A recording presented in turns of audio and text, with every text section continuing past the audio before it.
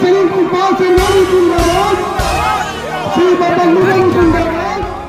नगरी प्रयागराज में यूपी विधानसभा चुनाव को लेकर जो पार्टियां हैं वो तैयारियों में जुटी हुई है।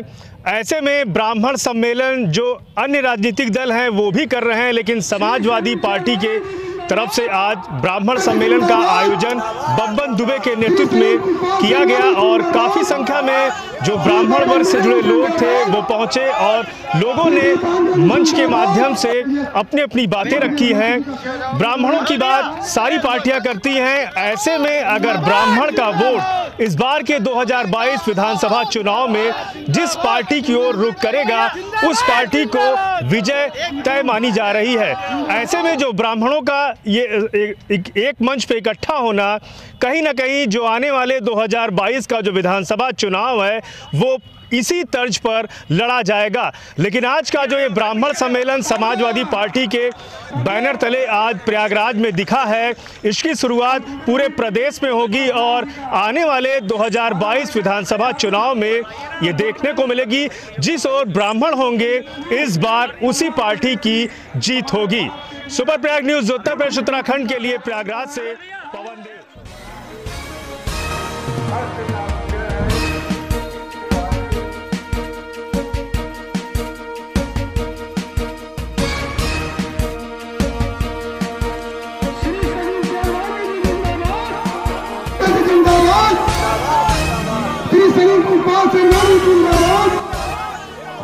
संगम नगरी प्रयागराज में समाजवादी पार्टी के बैनर तले बब्बन दुबे के नेतृत्व में एक विशाल ब्राह्मण सम्मेलन का आयोजन किया गया।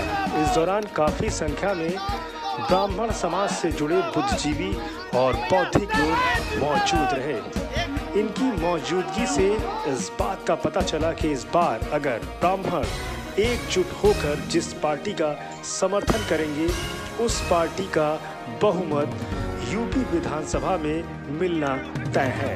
ऐसे में इस बार जो सियासत है और जो सियासी पार्टियां हैं उनकी सियासत पर इस बार ब्राह्मण अव्वल नंबर पर है। ऐसे में अगर ब्राह्मण जिस पार्टी की ओर रुख करेगा वो पार्टी इस बार विजय तिलक उसे प्राप्त होगा।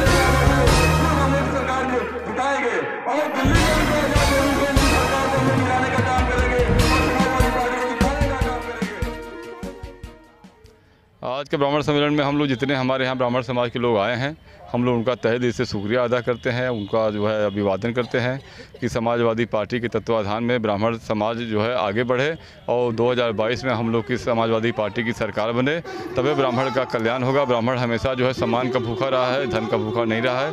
ब्राह्मण हमेशा सम्मान की लड़ाई लड़ा है, लेकिन ये भारतीय जनता पार्टी वाले जितने हैं सब ब्राह्मण के इसमें दुश्मन हैं। ब्राह्मण का वोट तो ले लेते हैं लेकिन काम केवल एक जात बिरादरी का करते हैं, जो उनके योगी हैं उन्हीं की बिरादरी काम करते हैं। ब्राह्मण का कोई काम ये लोग नहीं करते हैं।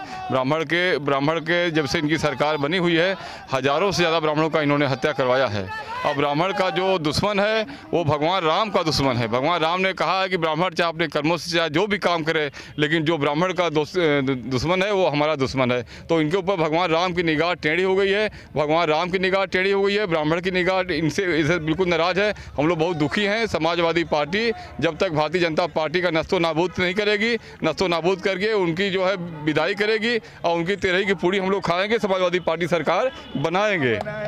समझ लें।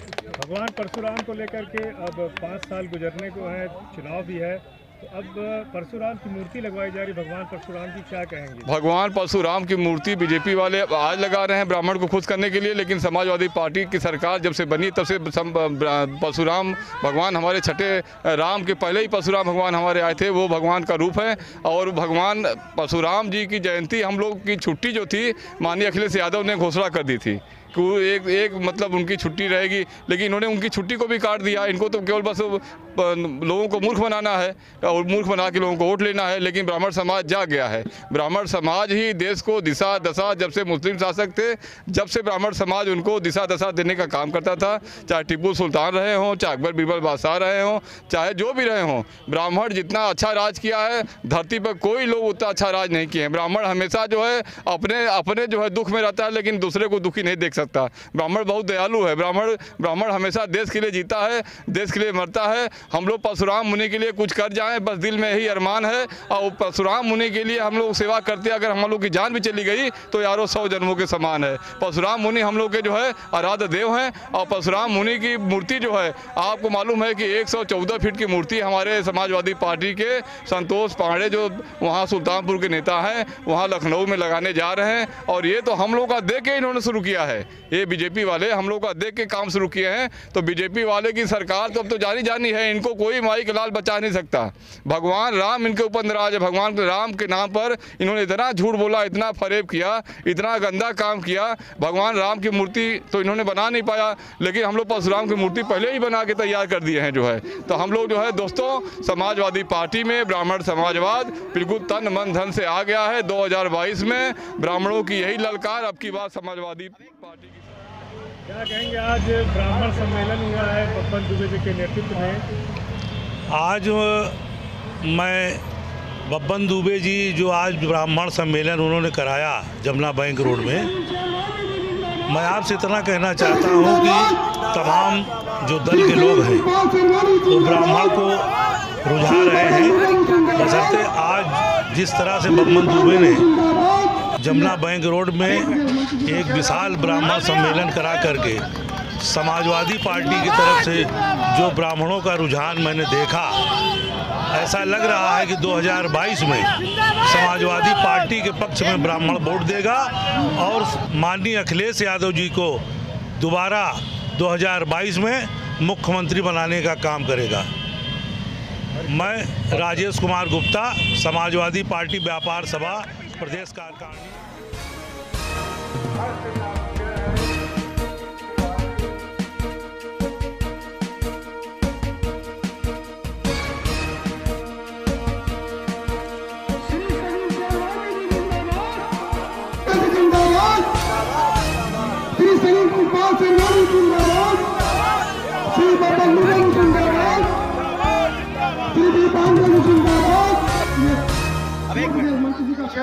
मनोज भैया